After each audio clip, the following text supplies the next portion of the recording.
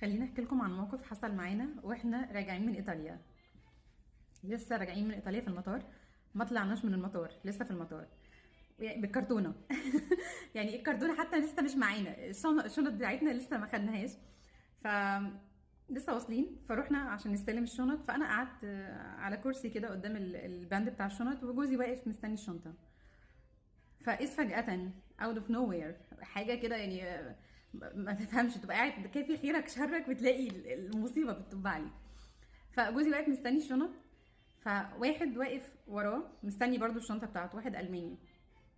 فالشنطة بتاعت الراجل الألماني جت الأول، شنطته هو جت الأول، فاتقدم شوية ناحية البند، ناحية السير، وبيسحب الشنطة بتاعته عادي جدا. لحد هنا مفيش أي مشكلة. اللي مش عادي بقى اللي عمله بعد كده، وهو بياخد الشنطة راح جاي بكوعه تك في صدر جوزي.